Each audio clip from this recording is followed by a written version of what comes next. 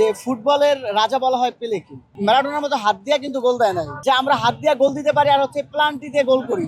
এটা হচ্ছে আমি আপনাকে আর এখানে থামাইলাম না, শুনুন এখানে হাত দিয়ে গোল করছে সেটা ঠিক আছে, কিন্তু প্রত্যেকটি ম্যাচ তো সে হাত দিয়ে গোল করে নেয় নাই। আর্জেন্টিনা হলো শ্রেষ্ঠ, কারণ আর্জেন্টিনার ম্যারাডোনা থেকে আর্জেন্টিনার প্লেয়ারগুলোর সম্পূর্ণ দক্ষতা এবং ভদ্রতা, নম্রতা এবং সভ্যতা অনেক কিছুই তাদের কাছে কাজ করে। এবং মেসির কথা তো না বললে নয়, যেটা হেরে যদি কেউ জোরপূর্বক যদি কোনো ফাউল করে, যাই কিছু করে, দিন শেষে কিন্তু সে হাসতে হাসতেই কিন্তু আবার এনজয় করে, আবার খেলাধুলা করে। সে কখনো আমার খেলার জীবন আমি দেখছি না, ওর খেলার জীবন আমি দেখছি না কখনো, সে কখনো রাগ হইতে আমি দেখিনি। এই হলো তার একটা ভালো দিক। তারপরে ম্যারাডোনা কখনো যারা যতই ফাউল করতো, যাই করতো, কখনো রাগ হয়েছে আমি এরকম খেলা কিন্তু তাদের মধ্যে কখনো দেখি না।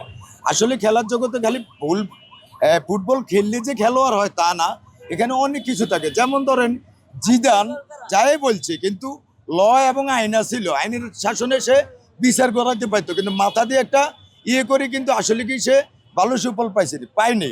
সুনাম যা হয়েছে আবার দুর্নাম হয়েছে। তো ভালো প্লেয়াররা যারা চিন্তা করে তারা কিন্তু ভালো মানের খেলা উপাধি দেয় এবং ভালো মানের আচার ব্যবহার উপাধি দেওয়াটা আমি মনে করি যে ভালো। আমি আর্জেন্টিনা থেকে এতটুকু দেখছি। যেটা হচ্ছে যে ভাইয়া তো অনেক কিছু বললো, ধন্যবাদ আপনাকে আর্জেন্টিনা সমর্থক হিসাবে। আমি ব্রাজিলের পক্ষ থেকে আপনাকে অভিনন্দন জানাচ্ছি। আমার একটা কথা হচ্ছে যে যে ফুটবলের রাজা বলা হয় পেলেকে, ঠিক আছে? যে পেলে হচ্ছে ফুটবলের রাজা, এবং পেলে এত সুন্দর খেলতো, এবং হচ্ছে এই ম্যারাডোনার মতো হাত দিয়া কিন্তু গোল দেয় নাই। এই জায়গায় কিন্তু আর্জেন্টিনার সবচেয়ে দুঃখজনক একটা ব্যাপার হচ্ছে যে তারা কিন্তু হাত দিয়ে গোল দিয়ে জাতিকে দেখায় দিছে যে আমরা হাত দিয়ে গোল দিতে পারি আর হচ্ছে প্লান্টি দিয়ে গোল করি। এটা হচ্ছে আমি আপনাকে আর এখানে থামাইলাম না, শুনুন এখানে হাত দিয়ে গোল করছে সেটা ঠিক আছে, কিন্তু প্রত্যেকটি ম্যাচ তো সে হাত দিয়ে গোল করে নেয় নাই।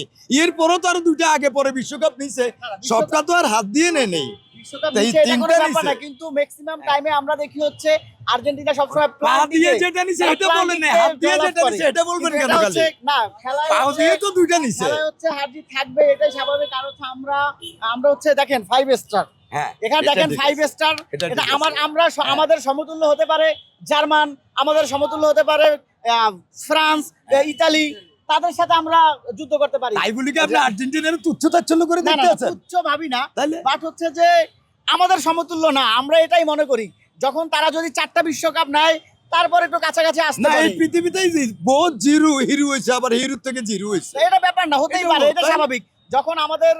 যখন আমাদের কাছে আপনার 4টা নিবেন বা 5টা নেওয়ার পরে আমাদের সমতুল্য আসবেন, তখন আপনাদের সাথে আমাদের কথা তর্ক বিতর্কে আমরা যেতে পারি। কিন্তু আর আপনি যেটা বলছেন মেসির কথা বলছেন, এখন আর আগের মতো সম্ভাবনা নাই। শুনুন 32 দল যেটা বললেন যে এটা অবশ্যই 32 দল দিয়েও খেলা হয়েছে, 24 দল দিয়েও খেলা হয়েছে, এখন 48 দল। সামনে হচ্ছে তো ফজর আসব, আরো যত দিনগুলি যাইবো দেখলেন 60 দলও চলে যাবো।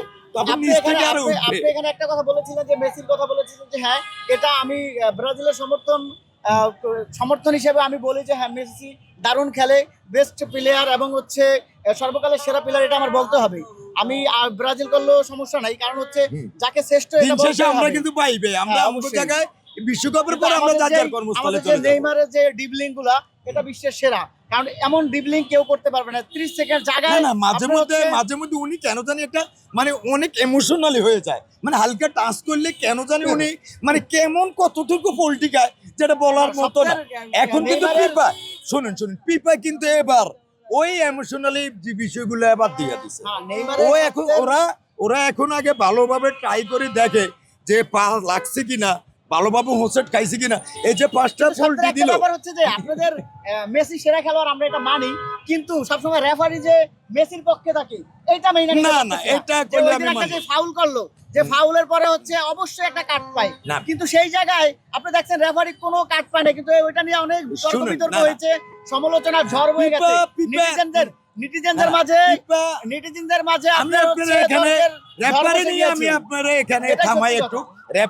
আমি আপনাকে এখানে একটু থামাই। পিপে এত বুকার স্বর্গে বসবাস করে না।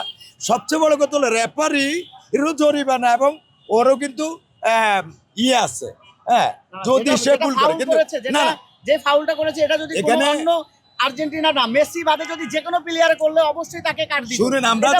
শুনেন আমরা দূরের অনেক কিছু, অনেক সময় নিজের চোখের বালি কিন্তু নিজে দেখি না। রেফারিও ভুল করতে পারে, ভুল যে মানুষেরও এটা ভাবলে ভুল হবে।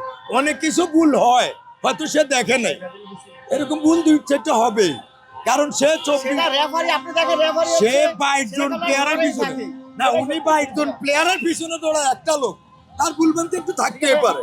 22 জন ফলো করে রাখা একটা লোক।